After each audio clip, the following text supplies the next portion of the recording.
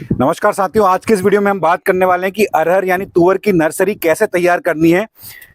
ये मेरे साथ आप जो पीछे कुछ पॉलीथीन्स के बैग देख रहे हैं, यहाँ हम ऑलरेडी तुअर के बीज डाल चुके हैं। 2 वैरायटी की तुअर हमने यहाँ लगाई है।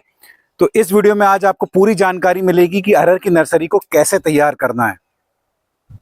साथियों, ये जो बीज अभी हमारे पास है, ये बहुवार्षिक तुअर है यानी अरहर है, जो आपको कई सालों तक उत्पादन देती है।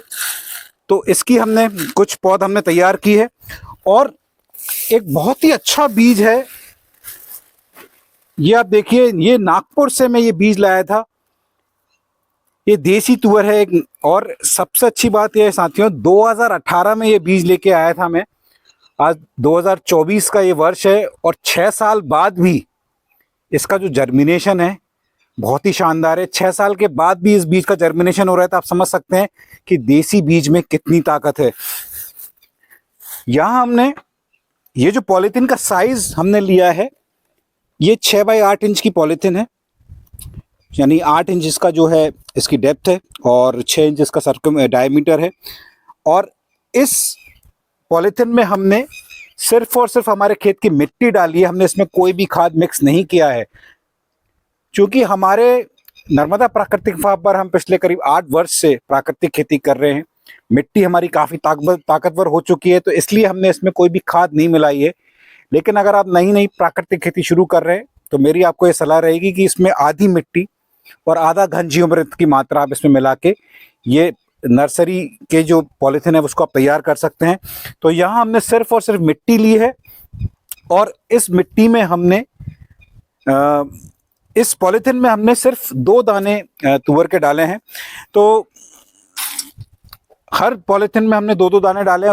उसका जो पर्पस, उसका मकसद यही है कि मान लीजिए कोई एक बीज जर्मिनेट नहीं होता है, तो कम से कम आपका दूसरा बीज का अंकुरण हो सकता है और आपका जो बीज है वो खराब नहीं जाएगा। अभी आप देख सकते हैं कि ये आज है 29 मई 2024। ये नर्सरी हमने तैयार की थी करीब 1 हफ्ते पहले और 1 हफ्ते के अंदर 1 हफ्ते से 10 दिन हो गए हैं, एग्जैक्ट डेट मुझे भी याद नहीं है। 10 दिन के आसपास आप ये देख सकते हैं कि इसकी जो ग्रोथ है वो किस तरह से है। कहीं कहीं आप देख सकते हैं कि 2-2 बीज भी अंकुरण हो चुके हैं, कहीं कहीं अंकुरण नहीं हुआ है। ये जो लॉट आप देख रहे हैं, ये बहुवार्षिक तुअर जो मेरे अभी हाथ में आप देख रहे हैं, ये इस वाले बीज का ये पूरा ये लॉट हमने यहाँ लगाया हुआ है। जहां जहां अंकुरण नहीं हुआ है वहां हमने 2 बीज डाले थे, तो जहां अंकुरण नहीं हुआ है वहां हमने फिर से एक बीज डाल दिया है। अब बात आती है कि ये नर्सरी हम क्यों तैयार कर रहे हैं, हम डायरेक्ट सीड्स क्यों नहीं लगा रहे हैं। किसान साथियों, सबसे अच्छा तरीका तो यही होता है कि आप डायरेक्ट बीज लगाएं अरहर का, लेकिन उस स्थिति में आपको करीब अभी समझ लीजिए 10 जून के आसपास आपको बीज आपके खेत पे लगा देना चाहिए। लेकिन गर्मी काफ़ी ज़्यादा पड़ रही है, उस टाइम तक मानसून नहीं आता है, तो बड़ा रिस्क होता है पौधों को संभालना। इसलिए हम ये नर्सरी तैयार कर रहे हैं ताकि समय हमारा ख़राब ना हो। और जब ये करीब जुलाई में जब अच्छी खासी बारिश हो जाएगी, तो ये हमारे पौधे हैं वो करीब 45 दिन के आसपास के हो जाएंगे, ठीक 1 महीने से 45 दिन के आसपास हो जाएंगे। तब हम इनका ट्रांसप्लांट हम अपने मेन खेत में करेंगे। ये जो आप मेरे साथ देख रहे हैं, ये वाला बीज है जो मैंने आपको बताया, जैसे प्योर देसी बीज है। ये हमने फाइलर ऑर्चर्ड जो मॉडल हमने 2018 में लगाया था, उसमें अगर आपको मेरे पुराने वीडियोस याद हो, उसमें हमने तुअर लगाई थी। और ये बीज भी करीब 4 साल हमको उत्पादन दिया है और उसके बाद पेड़ अपने आप ही मर गया था। तो मेरे ख्याल से 3 से 4 साल आप इसका उत्पादन ले सकते हैं। 6 साल बाद भी इसका अंकुरण आप देखिए कितना शानदार है। और मेरे हिसाब से तो वो वाला जो मैंने अभी बहुवार्षिक तुअर जो दिखाई थी उसके मुकाबले इसका बराबर या कहीं ना कहीं ज्यादा इसका अंकुरण मुझे देखने मिला है। आप देख सकते हैं मोरलेस हर जगह अंकुरण है। यहाँ 2-2 बीज इसमें निकल चुके हैं। यहाँ जहाँ अंकुरण नहीं हुआ है वहाँ हमने कल फिर से नया बीज डाल दिया है, जिसमें अगर आप ये देख पा रहे हो मेरी उंगली, यहाँ ये अंकुरण इनका नया नया आना चालू हो गया है। तो अब बात करते हैं कि ये जो तुअर हमने तैयार की है, इसकी जो नर्सरी हमने तैयार की है, इसकी जो ट्रांसप्लांट हम अपने जब मेन खेत में करेंगे तब उसकी दूरी हम क्या रखेंगे।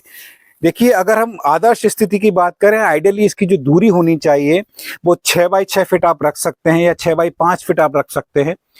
लेकिन जब ये मैं ट्रांसप्लांट अपने खेत में करूंगा तो हम लाइन से लाइन की दूरी 10 फीट रखेंगे और पौधे से पौधे की दूरी हम 5 फीट रखेंगे।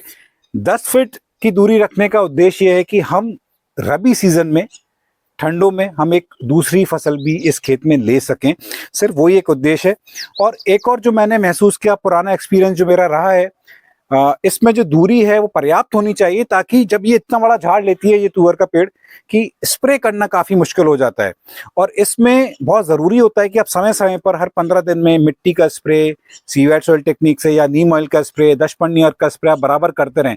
तो उसके लिए बहुत जरूरी है कि पर्याप्त दूरी उस पौधे के आसपास आप मेंटेन करके रखें। तो इसलिए हम 10 लाइन से लाइन की दूरी 10 फीट रखेंगे, पौधे से पौधे की दूरी करीब 4 से लेकर 5 फीट रखेंगे। और जब ये हम ट्रांसप्लांट करेंगे उस समय भी एक वीडियो आप तक मैं लेकर जरूर आऊंगा। और ये बहुवार्षिक तुअर का जब बीज हमारे पास तैयार हो जाएगा तो आप किसान साथियों को ये बीज उपलब्ध कराया जाएगा। पूरे भारतवर्ष में कुरियर के माध्यम से आपको उपलब्ध कराया जाएगा।